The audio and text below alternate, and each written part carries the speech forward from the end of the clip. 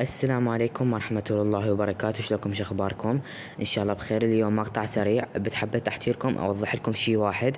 طبعا يا جماعة انتم تعرفون الدراسة بالعراق يعني بلشت، وطبعا يا جماعة انا يمكن راح اسحب فترة، ما اقول لكم فترة طويلة بس افهم لكم اياها. يعني انا مثلا عندي دراسة الاحد، يعني من الأحد إلى الخميس، وعندي العطلة الجمعة والسبت والخميس. يعني الخميس يعني بعد ما أرجع من المدرسة أقدر أصور لكم.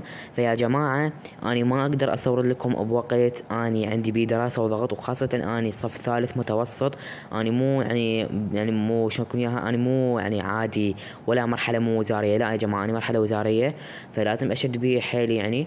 وأكيد راح إن شاء الله أنشر لكم يوم الخميس أو من أخلص الدراسة مالتي يعني القراية، وان شاء الله احاول انشر لكم. ولكن يعني ما اريد الهي نفسي باليوتيوب زياده، لان اعرف نفسي اذا لهيت نفسي يجوز راح اندم.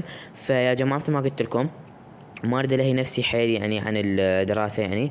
فاذا نشرت يعني فيديوهات راح انشر لكم فقط يوم الخميس لو يوم الجمعة، ويمكن انشر لكم يعني فيديوهات مثلا بيوم الاحد لو اثنين لو ثلاثاء هيك يعني اقصد اذا كان عندي فراغ. شوفوا يا جماعة، طبعا بيوم السبت احتمال كبير ما انشر بيه، لان هذا اليوم تقريبا اكثر شيء يعني عندي بيه دراسة وقراية. يعني اذا ما فرغت عن القراية او خلصت القراية اقدر اصور لكم ان شاء الله. احاول يعني من اخلص القراية اصور لكم.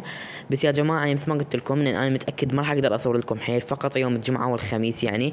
او يمكن اصور مجموعة من الفيديوهات بيوم الخميس وانشرها فقط، يعني فقط انشرها يعني فقط انشرها يوم الثلاثاء وبس، ما يعني امنتج كل بيوم القراية. فهمت يا جماعة؟ انا مو بمرحلة سهلة، انا بثالث متوسط، فلازم اشد بيه حيلي وبس. والله حبيت اقول لكم هذا الشيء. طبعا انا ابدا ما راح اعتزل نهائيا، بس حبيت احكي لكم انه شلون النشر راح يصير، على مود اذا يعني اختفيت فترة معينة ما تستغربون ان السبب الرئيسي هو هذا وبس والله.